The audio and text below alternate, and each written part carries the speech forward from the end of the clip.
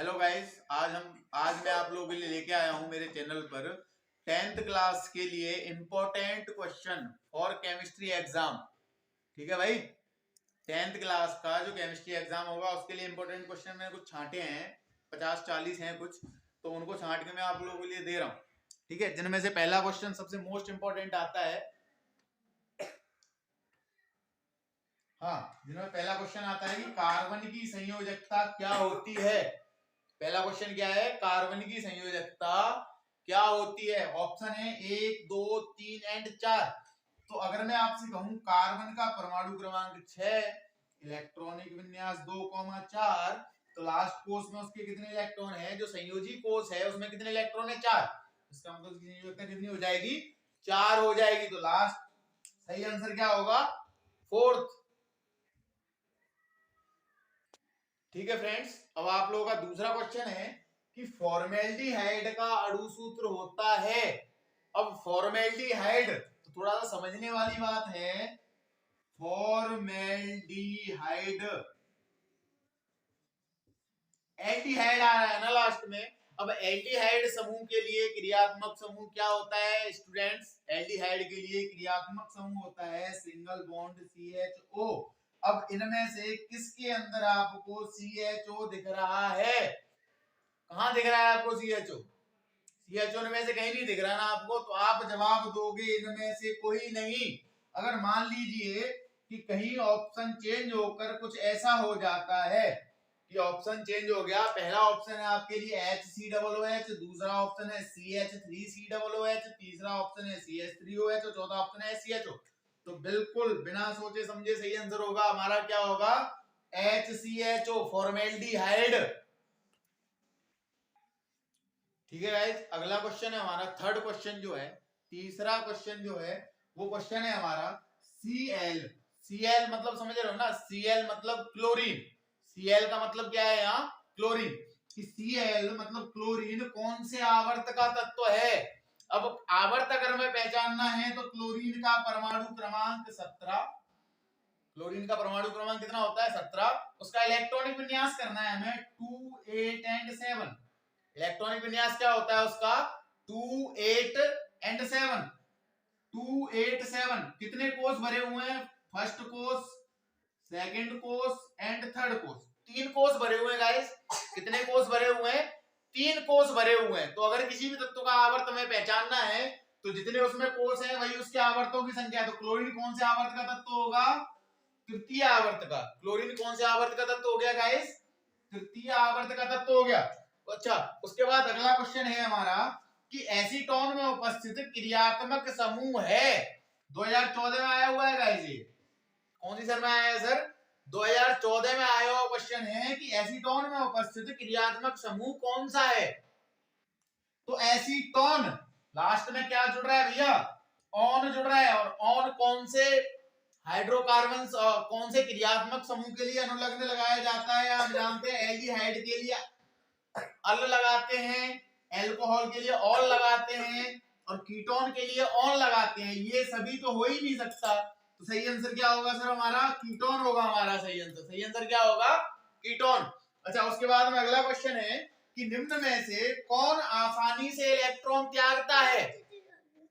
अगला क्वेश्चन जो है हमारा कि निम्न में से कौन आसानी से इलेक्ट्रॉन त्यागता है। पहला ऑप्शन है हमारा K यानी कि पोटेशियम, Mg यानी कि magnesium, aluminium and iron. Potassium 19, magnesium 12, aluminium 13 and iron 26। यही होते हैं इनके एटॉमिक नंबर। इलेक्ट्रॉनिक विन्यास करते हैं तो 2, 8, 8, 1, 2, 8, 2, 2, 8, 3 एंड 2, 8 और लास्ट में 2, 8, 2, 10, 2, 12 और 14। अच्छा, अब सबसे कम इलेक्ट्रॉन कौन से परमाणु के लास्ट कोष में है, सबसे कम इलेक्ट्रॉन कौन से परमाणु के लास्ट कोष में है। इसके में लास्ट कोष में 1 इलेक्ट्रॉन, मतलब आसानी से इलेक्ट्रॉन कौन त्यागेगा, पोटेशियम त्यागेगा। हेलो गाइस, अगला क्वेश्चन है हमारा कि कॉपर सल्फेट प्लस Fe ये अभिकारक हैं, उत्पाद में बनता है आयरन सल्फेट प्लस कॉपर। तो क्वेश्चन है कि यह अभिक्रिया किस प्रकार की है। तो हमें साफ साफ दिखाई दे रहा है यहाँ इस अभिक्रिया में कि आयरन और कॉपर, आयरन ने कॉपर को विस्थापित कर दिया है। तो सीधा सीधा बात, ये कौन सी प्रकार की अभिक्रिया है? विस्थापन अभिक्रिया है। सीधा सीधा कौन सी अभिक्रिया है? ये विस्थापन अभिक्रिया। सीधा ये समझना है कि भैया पहले SO4 के साथ में Cu जुड़ा हुआ था, लेकिन अभी SO4 के साथ में कौन जुड़ा हुआ है? Fe जुड़ा हुआ है, जो Fe अभी अलग था।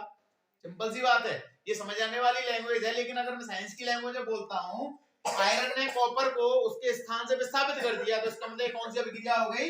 विस्थापन अभिक्रिया हो गई। कौन सी अभिक्रिया हो गई गाइस? विस्थापन अभिक्रिया। अच्छा गाइस, हमारा अगला क्वेश्चन आता है कि CH3 सिंगल बॉन्ड OH का IUPAC नाम बताइए। अब पहला ऑप्शन है उसमें मेथिनॉल, दूसरा ऑप्शन आता है मेथिल अल्कोहल, तीसरा ऑप्शन आता है मेथिनल और चौथा ऑप्शन आता है ये सभी। तो हमें बस पहचानना है उस चीज को। अच्छा, हमें पता है कि कार्बन की संख्या 1 है, तो मैथ तो होगा ही होगा।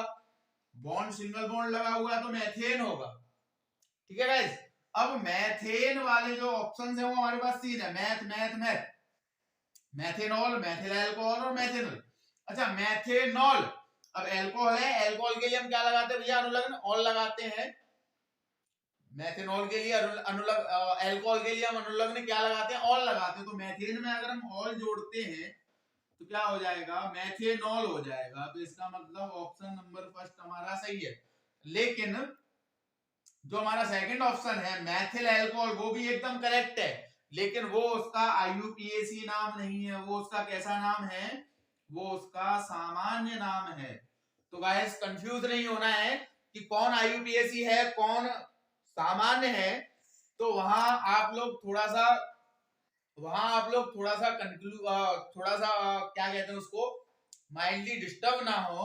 IUPAC नाम में कभी भी अल्कोहल, एल्डिहाइड या कार्बोक्सिलिक अम्ल इन शब्दों का इस्तेमाल नहीं होगा। IUPAC नामों में सिर्फ उनके अनुलग्न या पूर्व लग्नों का इस्तेमाल होगा, अदरवाइज किन्हीं चीजों का इस्तेमाल नहीं होगा। अच्छा गाइस, हमारा 8वां क्वेश्चन आता है कि निम्न में से कौन धातु है? तो धातु और धातु को पहचानने का हमारा जो सिंपली मेथड है, वो मेथड ये आता है कि भैया सीधा सीधे बात है कि जो तत्व इलेक्ट्रॉन ग्रहण करता है वो अधातु है, जो त्यागता है वो धातु है ना। जिसके पास एक्स्ट्रा इलेक्ट्रॉन होते हैं वो धातु कहलाता है, जिसके पास इलेक्ट्रॉनों की कमी होती है वो धातु कहलाता है। अब क्लोरीन 17, 2, 8 एंड 7 मतलब कमी है, इसका मतलब ये गलत ऑप्शन है। अच्छा, दूसरा Na 11, 2, 8 एंड 1 मतलब 1 इलेक्ट्रॉन त्यागेगा। उसके बाद सल्फर 16, 2, 8, 6 इसका मतलब ये इलेक्ट्रॉन मांग रहा है। उसके बाद क्लोरीन फिर से। अच्छा, एक ही क्वेश्चन में 2 ऑप्शन बार बार आ गए। क्वेश्चन आप लोगों का 2018 में आया हुआ क्वेश्चन है गाइस। 2018 में ये क्वेश्चन आया हुआ था कि उस टाइम पे भी ये हुआ था कि 2 ऑप्शन सेम थे, लेकिन हमें पता है कि हमारा सही आंसर कौन है? सोडियम है, क्योंकि सोडियम इलेक्ट्रॉन त्यागेगा और इलेक्ट्रॉन त्यागने वाले तत्व को हम लोग क्या कहते हैं? धातु कहते हैं। तो सही आंसर होगा हमारा सोडियम। अच्छा, उसके बाद हम आगे आते हैं। अच्छा, एक चीज और गाइस कि Na जितने भी तत्व उनका सबका जो नाम है, उनका जो प्रतीक है उनके नाम से बना हुआ, लेकिन सोडियम को समझ में नहीं आया। सोडियम का SO होना चाहिए था ना। तो मैं बता दे रहा हूं कि इसका वास्तविक नाम जो होता है वो होता है नाइट्रम, इसलिए इसको सोडियम बोलते हैं। ठीक है गाइस, ऐसे ही एक और है अपना कैलियम के, जिसको हम लोग पोटेशियम बोलते हैं। अच्छा, ऐसे ही अपना Fe जिसको हम लोग आयरन बोलते हैं ना, वो होता है फेरम। ठीक है गाइस, तो वो कोई दिक्कत नहीं है। अच्छा, उसके बाद अगला क्वेश्चन है हमारा कि निम्न में से कौन हाइड्रोजन को विस्थापित करेगा? तो हमने शायद विद्युत रासायनिक श्रेणी वाला टॉपिक पढ़ा है, और विद्युत रासायनिक श्रेणी में हाइड्रोजन से ऊपर की जो धातु है वो हाइड्रोजन को विस्थापित कर सकती हैं। अब हमें सिर्फ ये पहचानना है कि इनमें से कौन सी हाइड्रोजन से ऊपर की धातु है। स्ट्रोंशियम है, कॉपर है, Hg यानी कि मरकरी या पारा कह सकते हैं हम उसको, Ag यानी कि सिल्वर, अर्जेंटम, Ag का जो नाम है वो होता है अर्जेंटम, अर्जेंटम, लेकिन इसको हम लोग सिल्वर या फिर चांदी भी कह सकते हैं। तो हमें सिर्फ इनमें से ये पहचानना है कि इनमें से कौन सा तत्व है जो हाइड्रोजन को विस्थापित कर सकता है। तो हाइड्रोजन को विस्थापित करने वाला तत्व कौन है?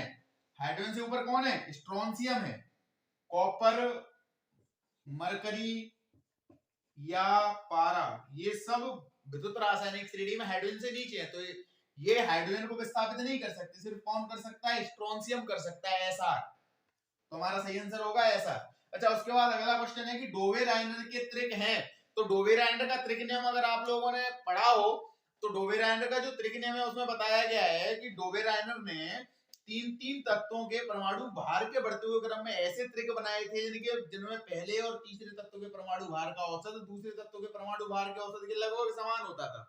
तो वहां डोवेराइनर ने जो त्रिक बनाए थे उनमें magnesium, aluminium, sulphur, silicon, calcium, chlorine या सोडियम, पोटेशियम, कैल्शियम या लिथियम, सोडियम, पोटेशियम। तो इनमें जो हमारा सही त्रिक होता है डोवेराइनर का वो ये है, कौन सा? Lithium, sodium and potassium. तो सही आंसर होगा हमारा ये। Thank you guys.